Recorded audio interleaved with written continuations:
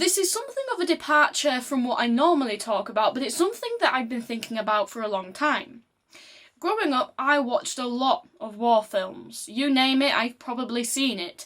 And I've realised something to do with the historiography. Now, historiography is just a big word which means the history of history, how we've viewed the past in the past.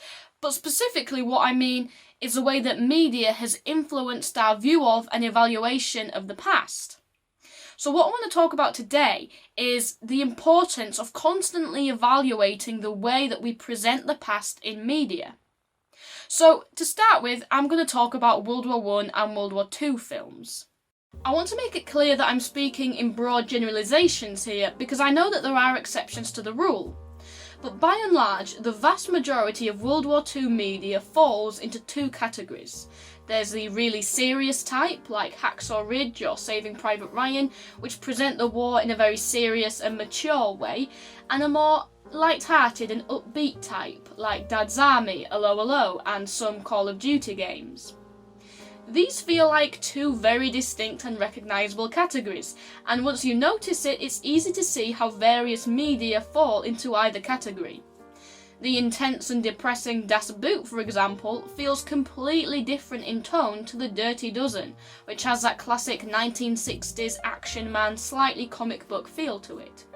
By and large, there's a lot of variety in the way that World War II is presented in media. Now, think about all the World War I media you've seen. By and large, the vast majority is very serious. Films and TV programmes and games are made in such a way as to be, well, depressing and sad and have the characters all die and remind us that the war was very bad and a total waste of time and life. Yes, there is a reason for this, as World War I was very bad, I'm certainly not denying that, but think for a moment. When was the last time you saw a piece of media which portrayed World War I in the same light-hearted way that World War II has often been presented? The only World War I quote-unquote comedy I can think of is Blackadder Goes Forth, but even then it ends on a somber, slightly depressing note as the characters prepare to go over the top to almost certain doom. Almost as though the makers couldn't part completely with the idea that World War I media had to have a certain depressing tone to it. In a world in which Nazi zombies and cartoonishly bad evil Nazi villains are a familiar sight in media, and the conflict has often been depicted in an arguably flippant way, there is an unwritten rule that World War I media must be serious, bleak and depressing.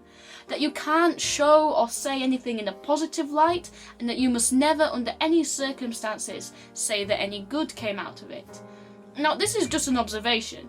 I'm certainly not saying that we should start talking about how great the war was, or make jingoistic propaganda films, but rather we should challenge the assumption we've had for decades that this is the way we should be presenting all our media on it, that we are only allowed to approach something from one angle.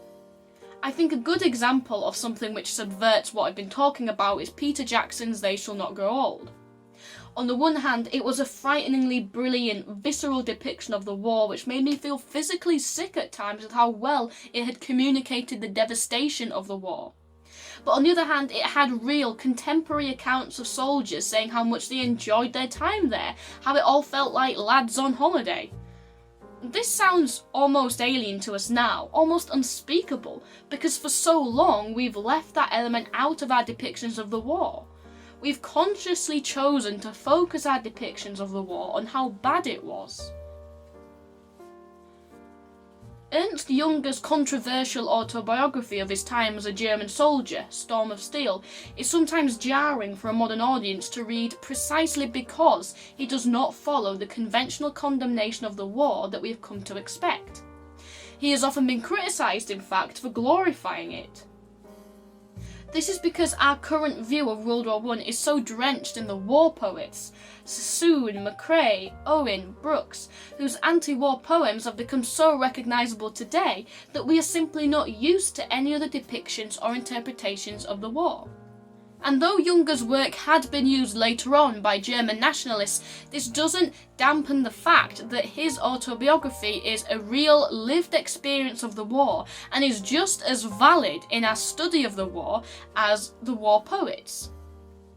Am I saying that we should start making World War I sitcoms or games where we're shooting World War I soldier zombies? Of course not. I'm just trying to highlight how one-sided our depiction of it is, how our interpretation of the past can often dictate how we present it, and why it's important to make sure that we have different evaluations and interpretations of the past in media. That's why it's so great that we have Flags of Our Fathers alongside Letters from Iwo Jima. We get two viewpoints and two films about the same conflict. Otherwise, we have a sort of self-fulfilling loop where our view of the past influences our media on it, which then influences our view of the past. So next time that you sit down to watch a war film, really think, what narrative is this film promoting? Is it falling into any traps or tropes? Has there been a film which shows the other side of the story? I promise you'll get a much more fulfilling experience if you interact with it that way. I hope you've enjoyed watching this video, I hope you've learnt something new, and hope to see you again soon.